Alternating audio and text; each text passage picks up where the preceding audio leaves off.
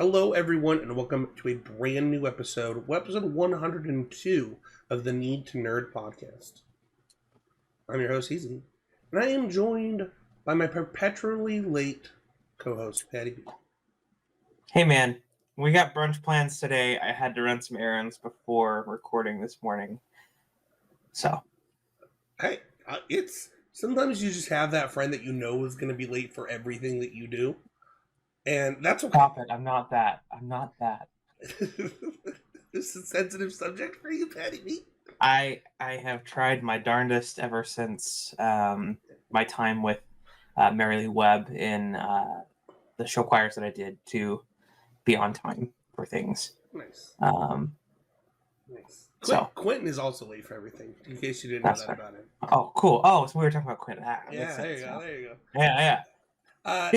This week, we're gonna be talking about show choir. We are going to do our final episode on the Inheritance cycle and covering the book Inheritance by Christopher Paolini, the fourth book in the Inheritance cycle about Aragon, Saphira, and their adventures trying to take down the Mad King Galbatorix. Before we do that, though, Paddy B, how about them boys? Talk about my awesome Dallas Cowboys who just rocked the socks off of the New York Giants, and we're gonna destroy the other New York team today. Well, I guess the only real New York team is technically the Buffalo Bills because the other two are in Jersey, but we don't talk about that. So, my wife happened to, I believe, have the Dallas defense in our Easy Game Media Fantasy League. And before the game, context for this. Okay, go for it. So we had a little spat on Twitter where Spencer called me a fake fan for not drafting the Cowboys defense, and I didn't know how good they were, and that they had 40-point upside. Or how many points did they? It was I think 32. 30-something points. Yeah, 32 points. That's crazy. I love it. But yeah, Devin was like, "There's no way I can win." And then she looks through. I come back downstairs from doing something, and I was like, "Did you win?" And she's got this grin on her face, the size of just mile wide. Yeah, it's just like, "Yeah, I did." Yeah. For what it's worth, I think Shelby's team is looking like it might take it down this year. Tyreek Hill is an animal. He's a cheetah. Well, so if you want to join the conversation about fantasy football, the Inheritance cycle, we got people talking about Star Wars recently. That new Ahsoka show do be doing it. Only 2 more episodes left of that, I believe, right? I think so. It's pretty crazy. 2 or 3. I think that we just saw episode 5 this week. So yeah, just 2 more. 6 and 7 are the final 2 episodes. If you want to join those, I thought it was an 8. I thought it was an 8 episode. Well, series. Look it up while I talk and don't interrupt me. If you want to join that conversation, head on over to the Discord that is mentioned in the show notes. You can be a part of that family. We talk Magic, we talk Star Wars, we talk fantasy football, all kinds of things, and all nerds. If you got a need to nerd, it's the place to be. While the nerd fact of the week this week is that while the end of the cycle, book 5 has been hinted at forever. We have already seen Tales of Allegasia, and Murtaugh comes out in November. Paddy B, my question for you is, do you think this series needs a legitimate book 5? Yes, I do. I do think it needs a legitimate book 5 because that was one of the main tips, shall we say, with this book in the series was the ending. Whoa, don't spoil the episode. I know. I'm trying to do it without being specific. That the ending was not universally loved.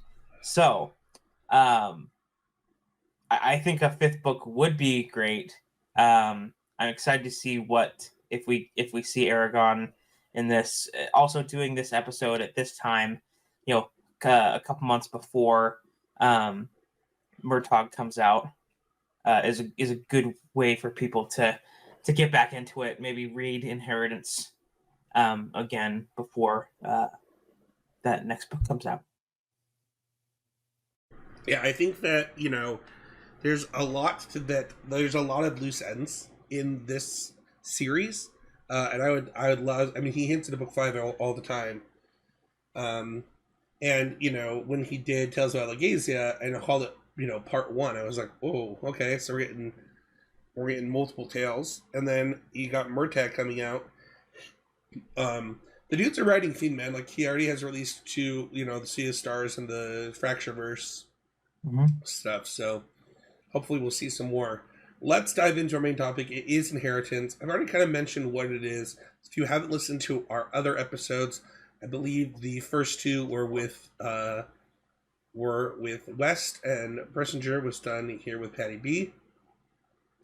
Um, but what are your first memories of this book specifically? Your first time reading it, and your thoughts on it? Yeah, so some of my first memories with this book, it came out a significant time after high school. So I was a really avid reader in like high school. I started to get into college, and um, I didn't. I wasn't as because of my schoolwork. I wasn't as didn't have time for like fantasy reading, like extra. Um, so, but the book came out, and I purchased the hardcover, and I just didn't read it for a long time. Um, and so that that's kind of my first memories of the book was that it took me a bit to actually read it after it was released, just because of life stuff. This is not my original copy. This is a first edition. For those watching, I was gifted a copy of first editions for the ones that I was missing, because I actually bought this book on Kindle, the first time that I read it, and it was the Mm. first, and it might be the only book I've ever read on my Kindle. That it was gifted to me.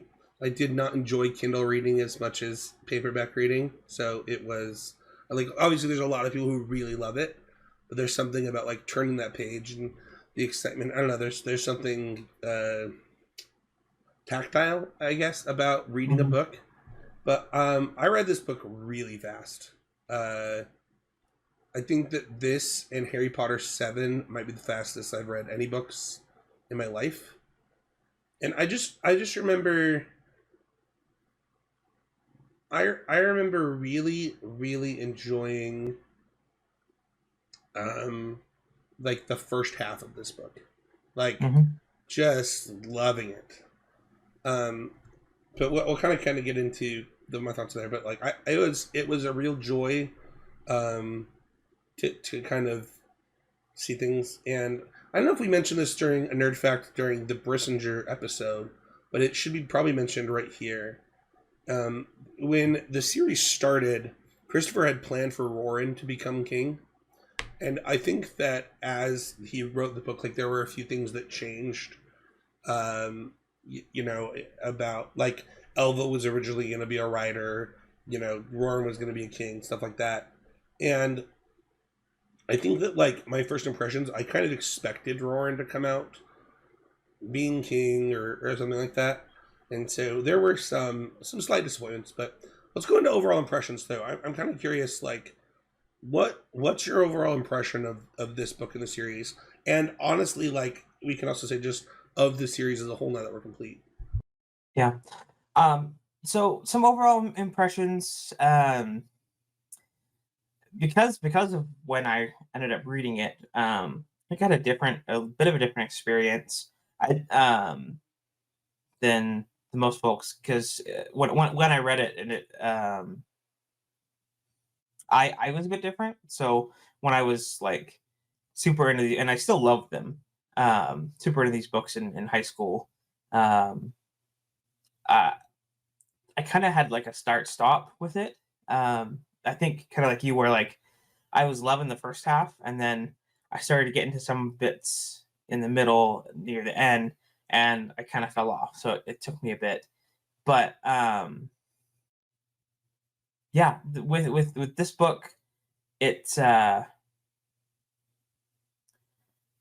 has a lot of open storylines like we talked about, but I don't think that it hinders the overall like enjoyment of it.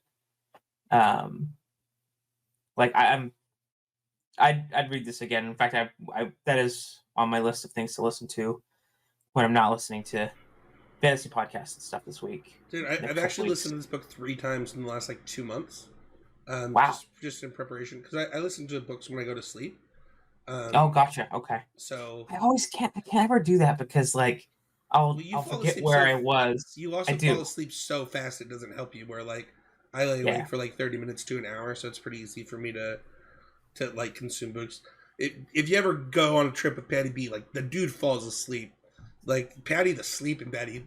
I was talking to your wife about this once. I was like, your husband falls asleep so fast. She's like, yeah, I effing hate him for it. What a jerk. So how do you do it? You and my wife, you just like, all right, I decided to sleep, and now you're asleep. Matt Kling does it too. You guys suck. It's like that.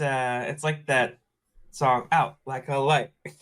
So crazy. Just Um, down. so I've listened to this book quite a bit, and there are.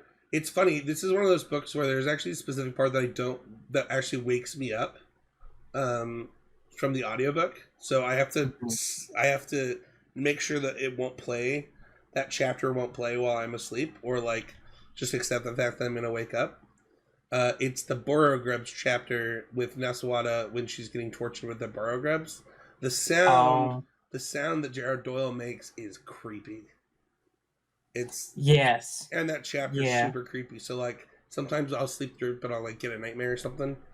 But Gotcha. my overall impression of this book, just kind of re-listening to it is there is so much that happens at the end that it makes you think that it's a lot longer than it is. So for example, I just said that I enjoyed the first half because that's what my initial impression was. And looking at the book, the king Galbatorix dies on page 719, and And how many pages is the book? there's only 841 pages of actual content. That's gotta surprise you, right? That there's like only 150 more pages Of like epilogue after like no, I mean it's settling not. things. There's actually no epilogue, right? Right. I say epilogue as in like the falling action after. Yeah, because the next chapter is when Roran sees the castle Right. collapsing, and then the chapter after that is Aragon escaping the throne room, and then there's the chapter where they decide who the next ruler will be. Then there's 2 more chapters after that.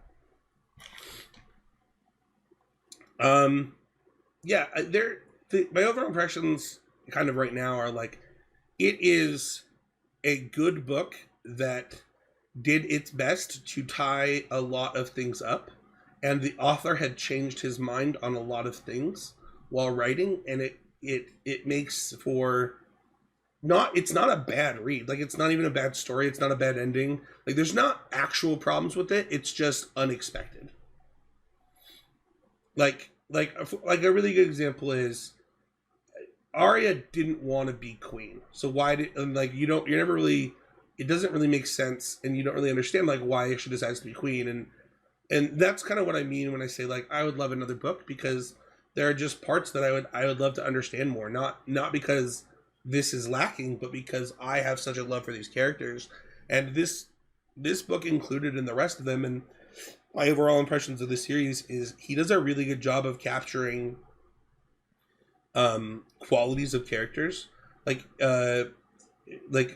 and the chapters about like the true names do a really good job of showing this, where understanding oneself, and you can see that in the characters as you're going, like Saphira's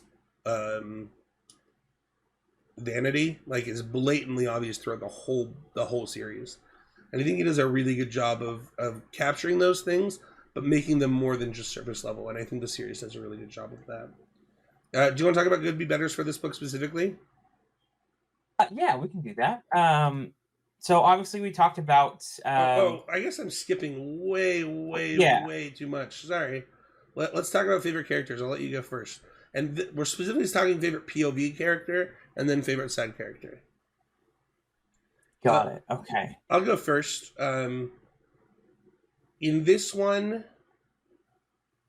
I Honestly, I usually would say Naswada is my favorite.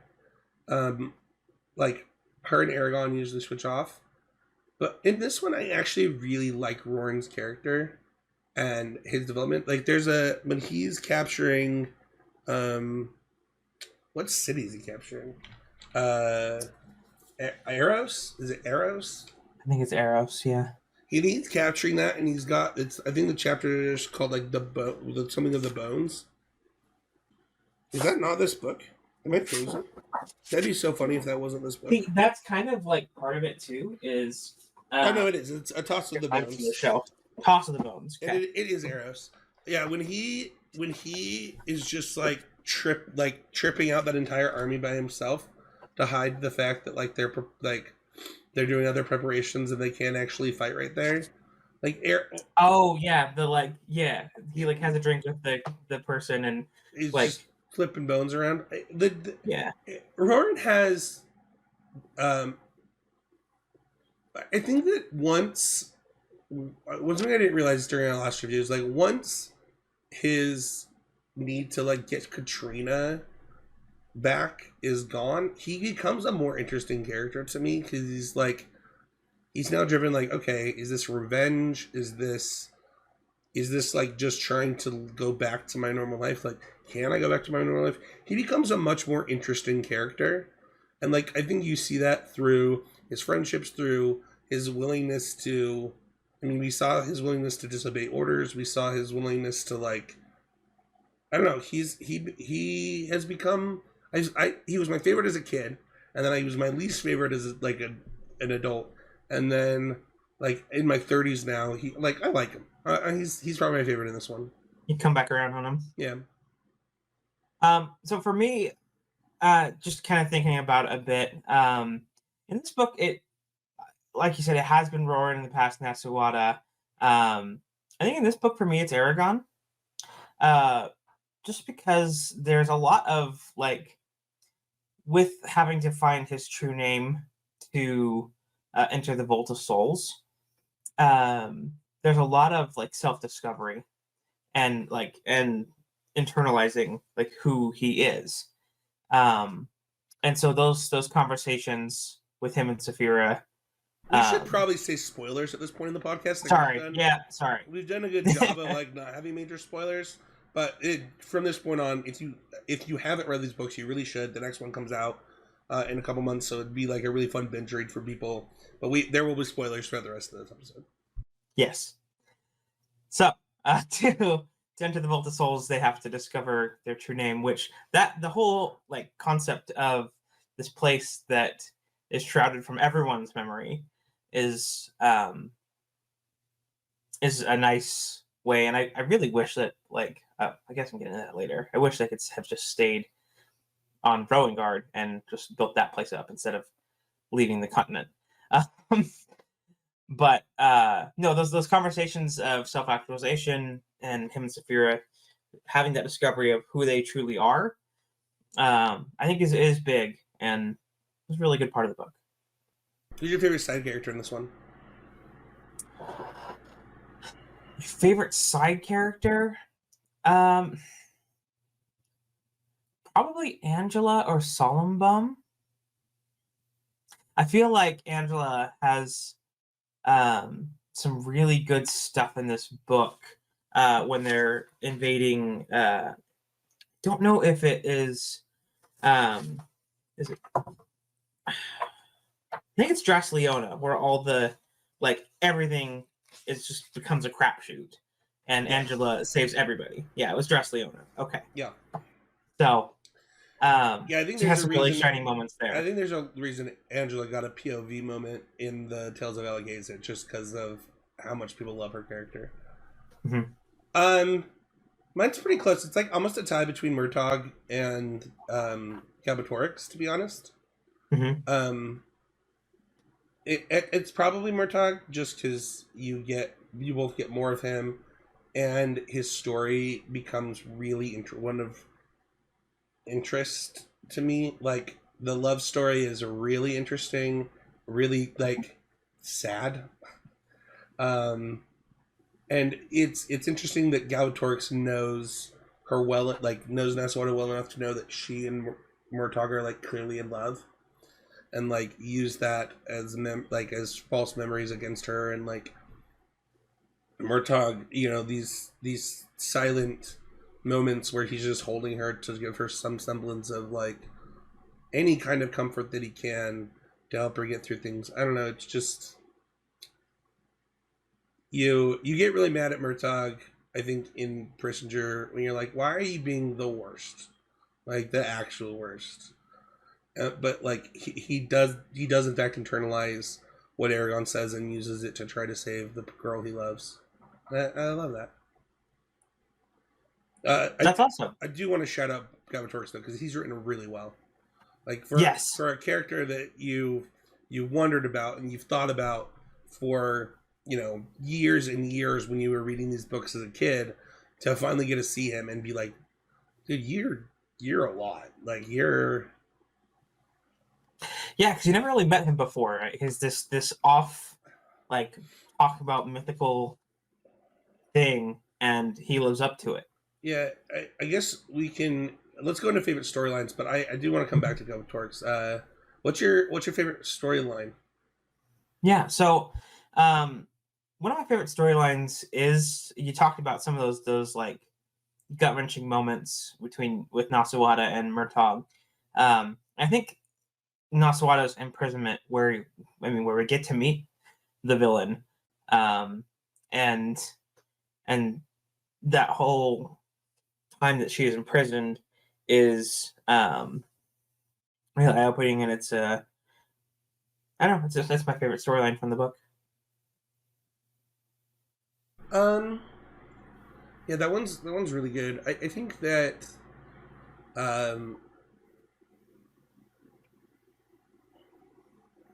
is it cheating to say the Vault of Souls storyline? Just from like, I don't think so. Like from, it's like such a nice bow that like you have this thing that was set in book 1, that we're now in book 4, and he's like fighting with someone who's like, what does this mean? He's like, I don't know what it means. Why did you say that? I don't know. Like, you have to know. Well, I don't, so like stop asking me. I'm gonna hurt you. Yeah. It's just like, and then to him, like on the island, like realizing, oh, it means my true name, I have to figure this out. To like, I remember when they open the vault and they see the eggs, and like I remember like getting emotional myself, like, oh my gosh, this is the best. Yeah. This is the greatest. This is so good. I think that's got to be it. Also, it made me hate. I don't know what it was about those chapters, but the flight to Vrongard and the time of Vrongard made me hate Glader a lot less. Like a lot less this time around. It's like, all right, maybe you aren't like the actual worst character ever written. Oh man. Yeah, he that is good to see too, as far as a side character, with like his growth after losing his rider as an Eldunari. Yeah. Like being not really coming to terms with, because that grief is like insurmountable, but moving forward through it.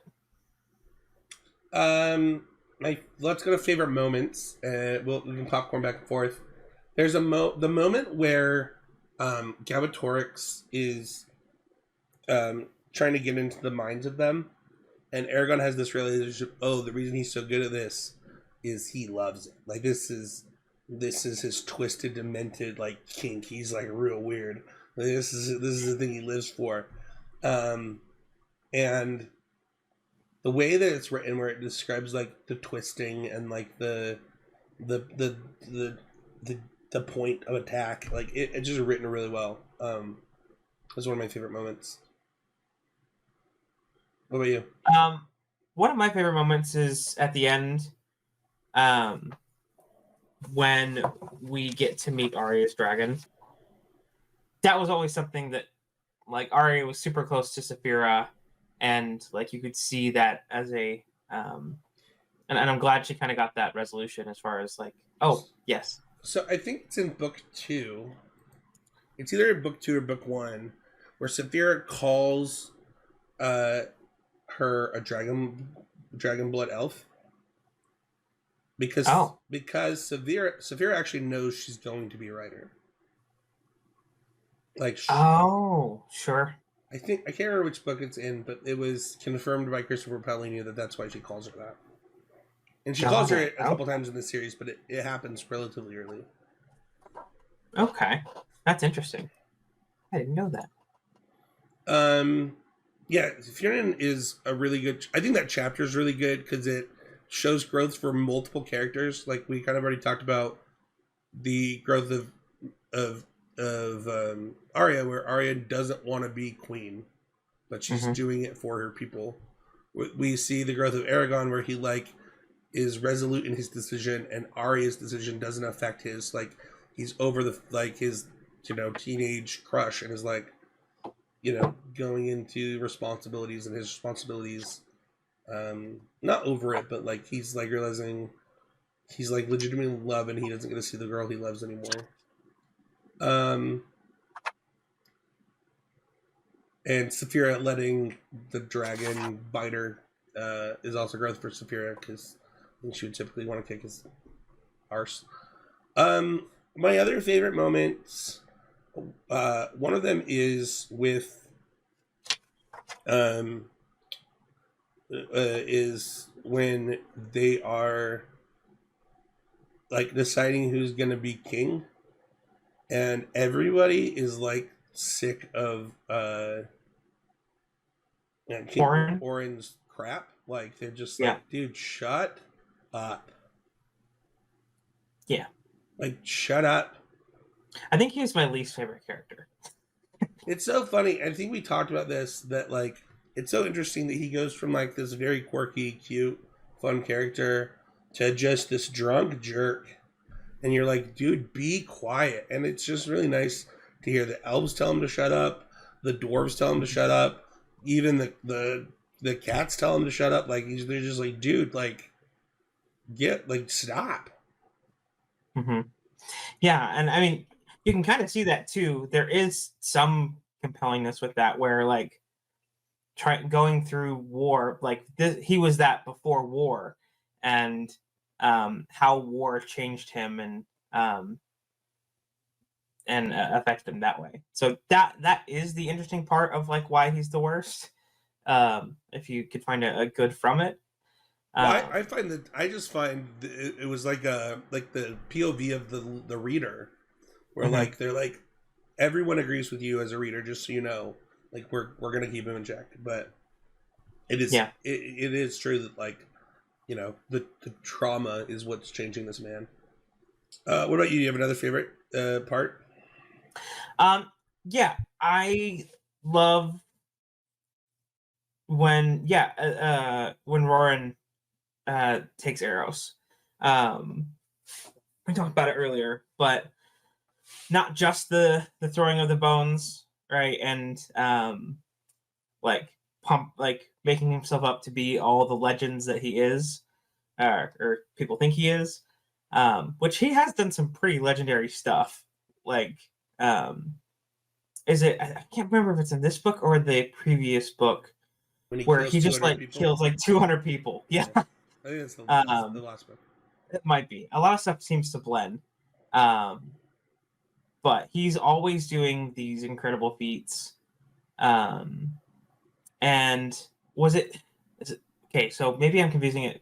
Maybe this is the one from this book where he's taking command and it's the barges. Yeah, that's sail in. That is the moment that you're talking about. Yes, okay. So that's it was really good writing, really creative way to penetrate the city and problem solve, which we love to do. I think my next favorite moment is the way in which they defeat Galbatorix. I think that the idea of like circumventing his wards by making him understand, like, you did bad things, and like you've hurt a lot of people, and like I'm gonna give you the pain that you've caused others, emotionally. That Mhm. was, I don't know, that was kind of beautiful. Yeah, it was a really creative way to get around someone who is like god level magic, who's been building up all these, certain protections, right, and finding that way around the wards. Um, I know a lot of people didn't like that, as far as how he was taken down, but it is, for what it's worth, creative, um, which was what was needed for someone that powerful. Yeah. People can like or not like what that, I, I'm not gonna not yucky or yums anymore, and I personally like, I, I remember when I was like a kid, I didn't like it, but like Mhm. if you listen to it and read it, I do think that it's like elegant and a good way for this to end. Yeah, And you'd much rather him die knowing that he was a scumbag than die thinking that he was right. right. Because that's what we see a lot with villains. Like some of the best villains are the ones who think that they're right. Yeah. Um, so again, that's another. It's a creative way to bring his end. Well, you any other favorite moments we want to call out? Yeah. So it kind of has to do with the favorite storyline. The first time I read the book all the way through was actually the audiobook. And so for me, it's hearing Gerard Doyle voice Galbatorix for the first time, where like that was really cool and interesting, and the way his voice changed for Galbatorix, this long, elegant, um, really highlighting some of the things You we know talked that they about as announced far that as he's beautiful coming back words, for Murtagh last week, eyes. right? Okay. Yes. Oh yes. I was gonna say that how excited I was Yeah, for I that am when too. talking about how Gerard Doyle um, voiced Galbatorix. So Um, honorable mention is hearing Thorn talk to Aragon and Saphira for the first time by himself, not through Murtagh.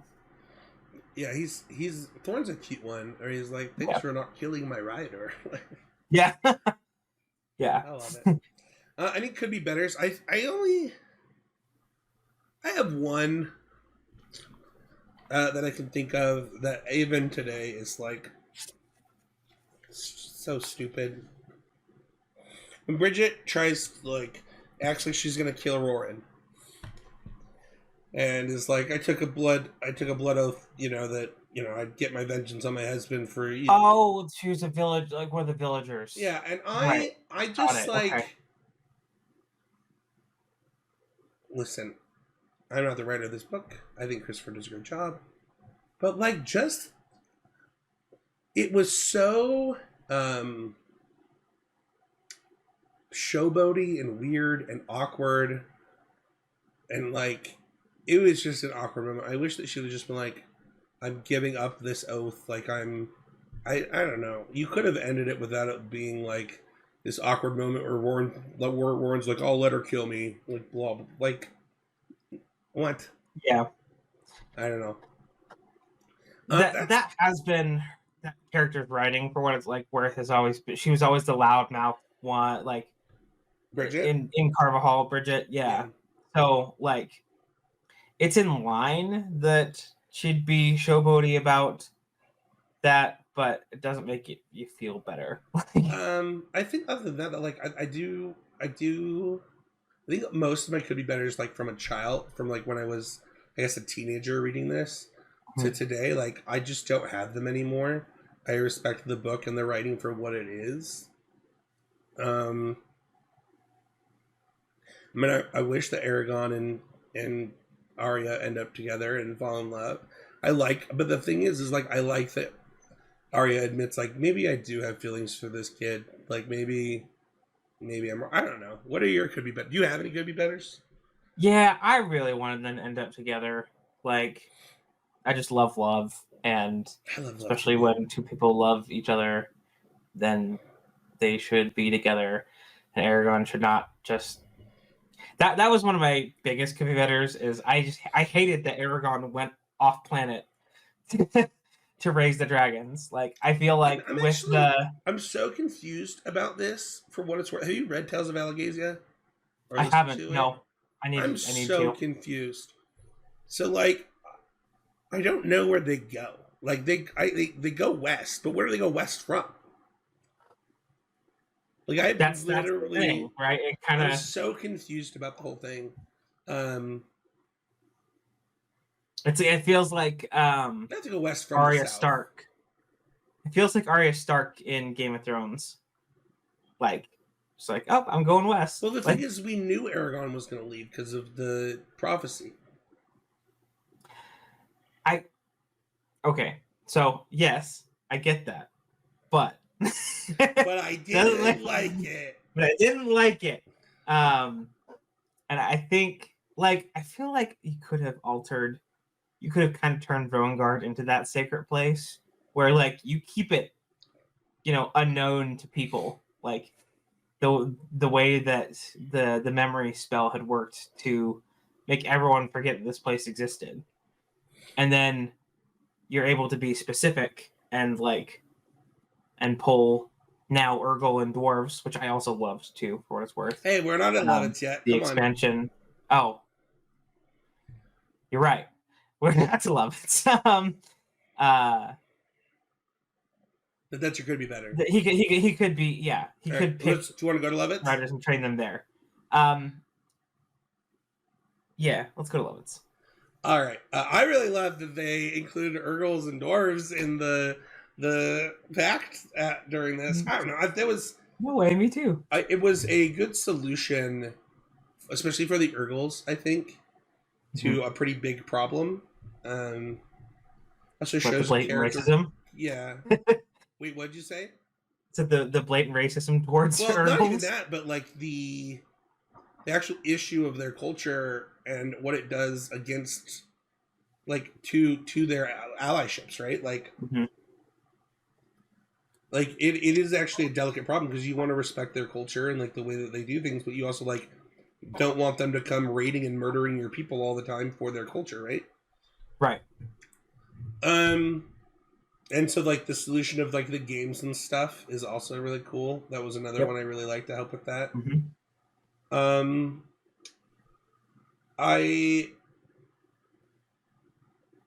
I really, really loved the fight with Barst.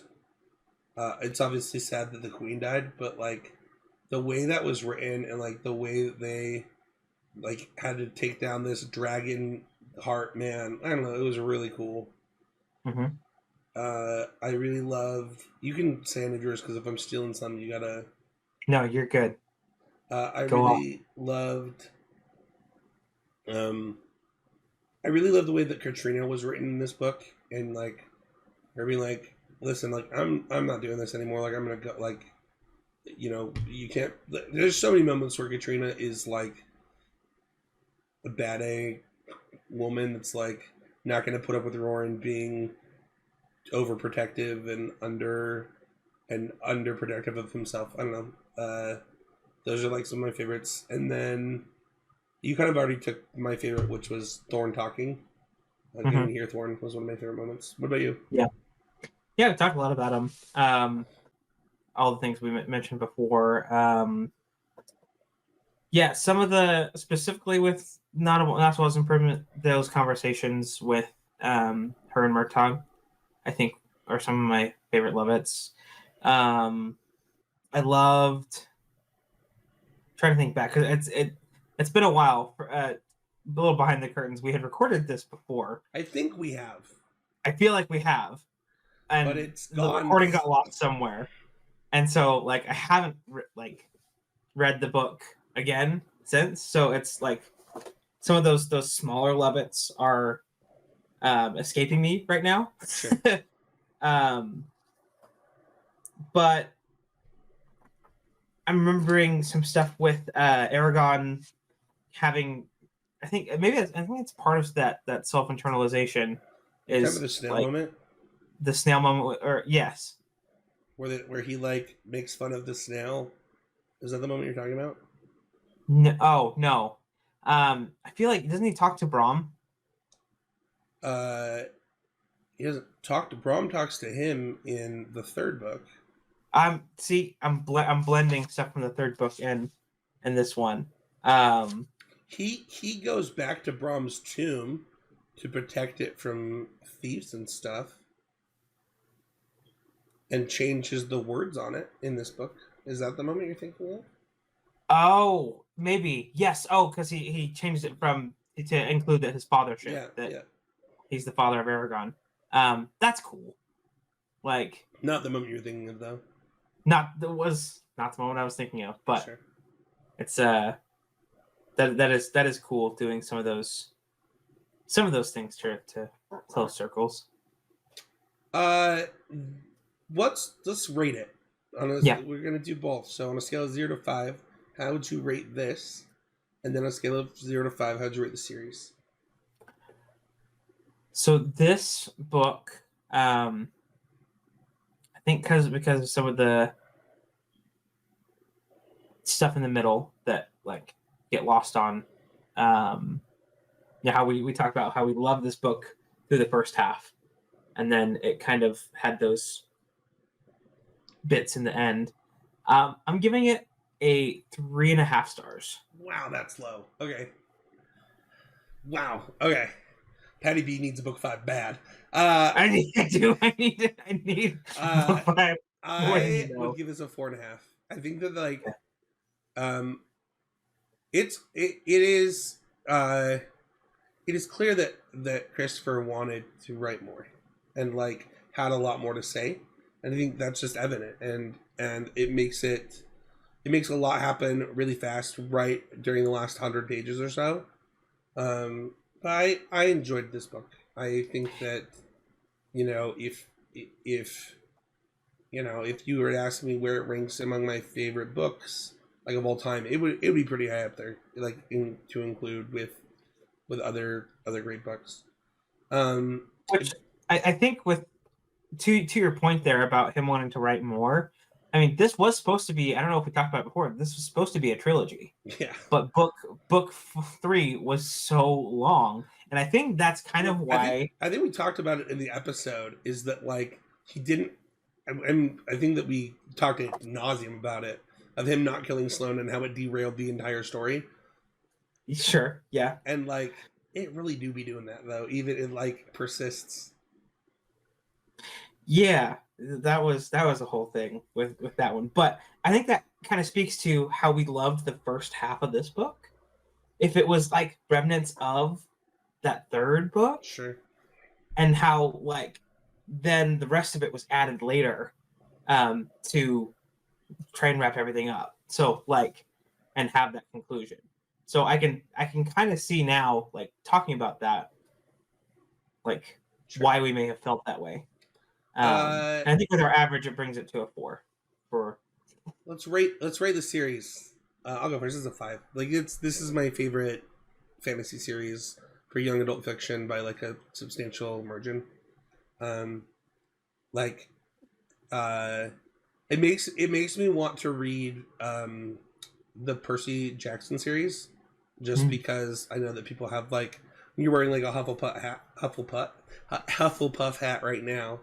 For those listening, like there's like these wholly stood up young adult fantasy books, and like Harry Potter, Aragon, for some people Twilight, Shelby.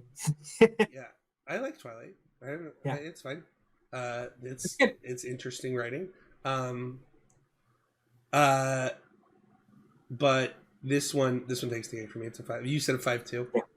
Oh yeah, 5. 100% 5. Lower score on the 4th book, but that does not affect my scoring for the series. I don't think somebody answered on Spotify, but somebody did talk to me about your poll. Okay.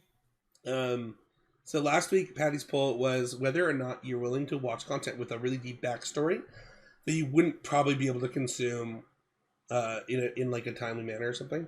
Talking about Ahsoka, and I was talking to somebody at work about it who was like, "Hey, I gave your podcast listen," and they were like, I was lost episode 1 of Ahsoka. They were lost. So yeah. Okay. And it was funny because Patty, I text you like, did you watch the most recent episode? And you were like, Right. yeah, that was something. Yeah, I had to do some internet sleuthing to figure out what was going on. This is huge, huge, huge Star Wars spoilers because I know Patty's not going to have time to go back and watch stuff. Yeah. And it's also a little bit of a fan theory. So if you don't want to hear that about Star Wars, I hope you enjoyed the episode. Check out Patty's poll. See you next week. Yeah, Patty's poll. If you're sorry. Before, should I do the new poll before we dive into that? Sure, go for it. Okay. So for those, before Spencer goes and spoils some things, poll for this week is, what is your favorite book in the Inheritance cycle? Aragon, Eldest, Brissinger, or Inheritance? Thank you. Now, spoilers. We got to vote on those during the next episode. We got to say ours. Yeah. Okay. So you said something really interesting in the text. You're like, oh, this must be how she survives her fight with Vader. Have you seen how she lives? I feel like I watched a video kind of explaining She does not live. So Star Wars introduces time travel, and it's effed. So Ezra goes to the world between worlds, sees her about to die, and pulls her into the world between worlds. Okay.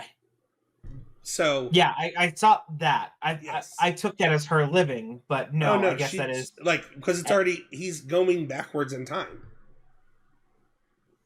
creating a new timeline. Oh, makes me sick. It's the worst. But yes, she has been there before. There were so many things in that episode. Like, every Star Wars fan that's like seen everything was like, that was the best episode of Star Wars content I've ever seen. And then you got people like you, they're like, that was so confusing. And it's like, yeah, I can see why that means a lot. Like, I get why you're lost. So catch up, bro. The first fight, which is like, this is our first fight, it's like a scene by scene cut of scenes in the Clone Wars, and it happens through the whole entire sequence. Yeah. Like, I get the whole, like, if you're in this other space, right, showing her like her first battles where she started losing people, right, where she was a kid in command of clone troopers, and like the effects of that, like that I can relate to with her trauma, right? Yeah, big thing to do with her trauma. And the moment, I don't know if you caught this, but like the moment where he actually it's like almost word for word Return of the Jedi, where he's like, you will fight, then you'll die, and then she's like, I won't fight you, and then throws her saber down, is Luke. Yeah. And that's when he's like, you got it, this is how you win. And also the transition, because you didn't see Rebels, she was at the end of Rebels, she's wearing that white outfit. So people were like, why is she in this gray outfit the whole time? And it's because she hadn't gained off the white yet. Got it. Okay. Okay. See, it's a lot. So it is a lot. And that I liked enjoying it for what it was without having to like. You probably don't. It took me out of that space. You probably won't have another one of those moments for what it's worth. I hope not. I have some hopes with, now that they have, so spoilers for Ahsoka, now that they've entered the mouth of the space whale. I'm excited to see like what they do with that. Like, I've heard some theories about them bringing like some sort of, that it's not just Thrawn, that there's going to be some sort of next level monster.